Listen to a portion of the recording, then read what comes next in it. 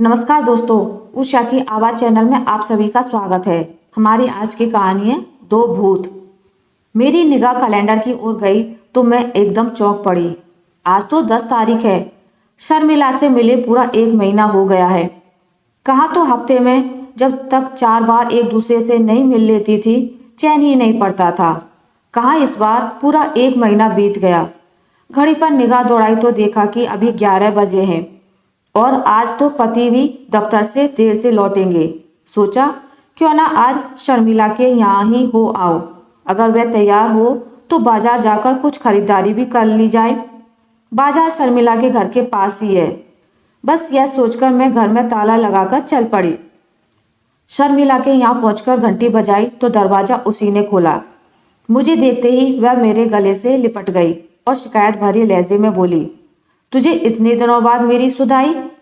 मैंने हंसते हुए कहा, मैं तो आखिर चली भी आई, पर तू तो जैसे मुझे भूल ही गई। तुम तो मेरी मजबूरियां जानती ही हो। अच्छा भाई, छोड़ इस किस्से को। अब क्या बाहर ही खड़ा रखेगी? खड़ा तो रखती, पर खैर अब आ गई है तो आ बैठ। अच्छा, क्या पिएगी, चाय या कॉफी? उसने कमरे में पहुंचकर कहा, कुछ भी पिला दे, तेरे हाथ की दोनों चीजें मुझे पसंद है। बहू रानी, कौन आया है? तभी अंदर से आवाज आई। शर्मिला, कौन है अंदर?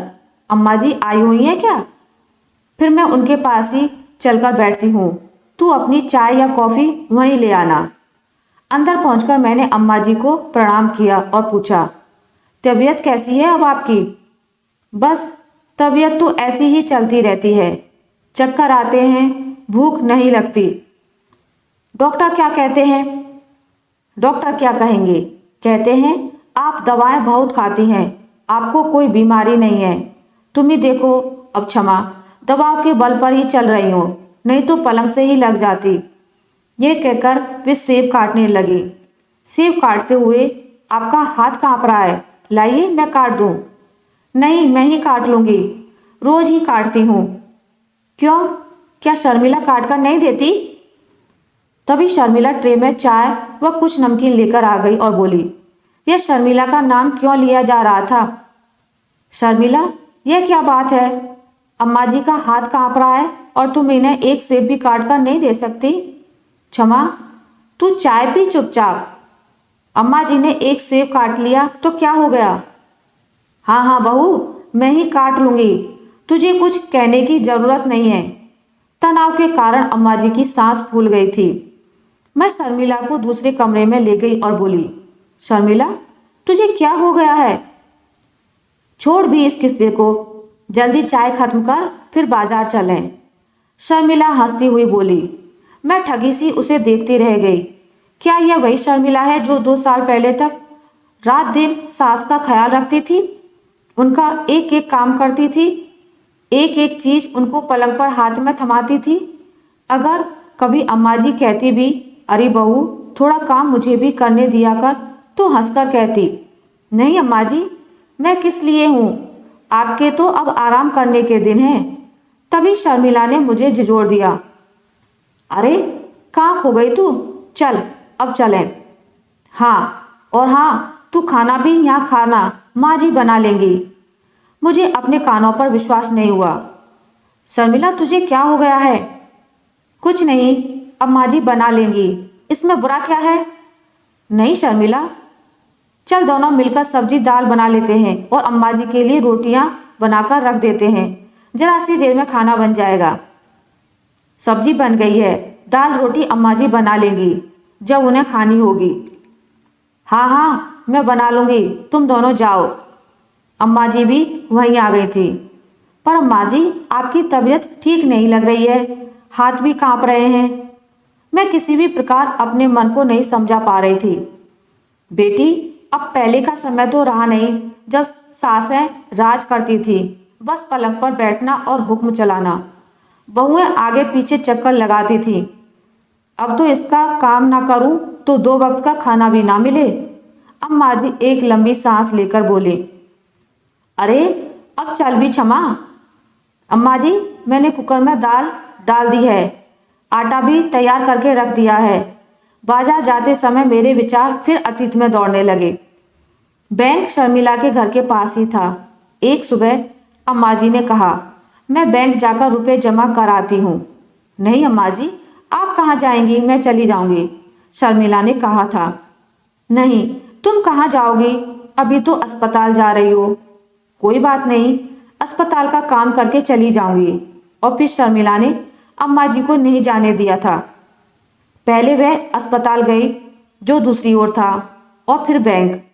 भागती दौड़ती सारा काम करके लौटी तो उसकी सांस फूल गई थी।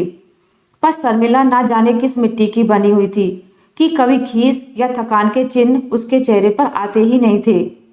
शर्मिला की भागदौड़ देखकर एक दिन जीजाजी ने भी कहा था, भाई थोड़ा काम माँ को भी कर लेने दिया करो। सारा दिन बैठे रहने से तो उनकी तबीयत और खराब होगी, और खाली रहने से तबीयत उबेगी भी।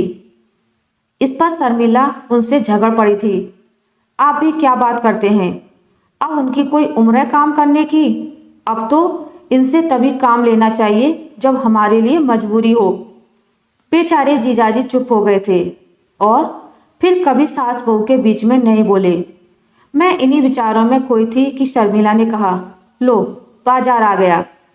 यह सुनकर मैं विचारों से बाहर आई। बाजार में हम दोनों ने मिलकर खरीदारी की।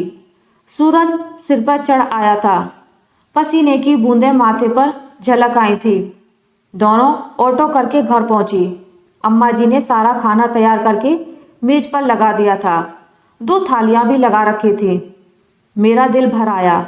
अम्मा जी बोली, तुम लोग हाथ धोकर खाना खा लो, बहुत देर हो गई है। अम्मा जी आप? मैंने कहा, मैंने खा लिया है, तुम लोग खाओ। मैं गरम गरम रोटियां सेक कर लाती हूँ। मैं अम्मा जी के स्नेह भरे चेहरे को देखती रही और खाना खाती रही। पता नहीं अम्मा जी की गरम रोटियों के कारण या भूख बहुत लग जाने के कारण खाना बहुत स्वादिष्ट लगा। खाना खाकर अम्मा जी को स्वादिष्ट खाने के लिए धन्यवाद देकर मैं अपने घर लौट आई। कुछ दिनों बाद एक दिन जब मैं शर्मिला के घर पहुंची तो दरवाज़ा थोड़ा सा खुला हुआ था। मैं धीरे से अंदर घुसी और शर्मिला को आवाज़ लगाने ही वाली थी कि उसकी व अम्मा जी की मिली जुली आवाज़ सुनकर चौंक पड़ी। मैं वहीं ओट में खड़ी होकर सुनने लगी। सुनो बहू, तुम्हारी लेडीज क्लब की मीटिंग तो मंगलवार को ही हुआ करती है ना? तू बहुत दिनों से उसमें गई नहीं। पर समय ही कहाँ मिलता है अम्मा जी। तो ऐसा कर, तू आज हो आ। आज भी मंगलवार ही है ना? हाँ अम्मा जी, पर मैं नहीं जा सकूंगी, अभी तो काम पड़ा है, खाना भी बनाना है। उसकी चिंता ना कर, मुझे बता दे क्या क्या बनेगा। अम्मा जी, आप सारा खाना कैसे बना पाएंगी? वैसे भी आपकी तबीयत ठीक नहीं रहती है। बहू, तू क्या मुझे हमेशा बुढ़िया और बीमार ही बनाए रखेगी? अम्मा जी, मैं तो हाँ, तो मुझे कई दिनों से लग रहा है कि कुछ ना करना ही मेरी सबसे बड़ी बीमारी है, और सारे दिन पड़े पड़े कुड़ना मेरा बुढ़ापा। जब मैं कुछ काम में लग जाती हूँ तो मुझे लगता है मेरी बीमारी ठीक हो गई है और बुढ़ापा कोसों दूर चला गया है। अम्मा जी, यह आप कह रही हैं? शर्मिला को अपने कानों पर विश्वास नहीं हुआ। हाँ मैं। कुछ दिनों से तूने देखा नहीं कि मेरी तबीयत कितनी सुधर गई है। तू चिंता मत कर, मैं बिल्कुल ठीक हूँ। तुझे जहाँ जाना है जा। आज शाम को सुमित के साथ किसी पार्टी में जाना है ना? मेरी वजह से कार्यक्रम स्थगित मत करना, यहाँ का सब काम मैं देख लूँगी। ओ अम्मा जी।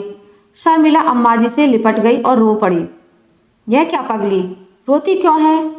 अम्मा जी ने उसे थपथपाते हुए कहा।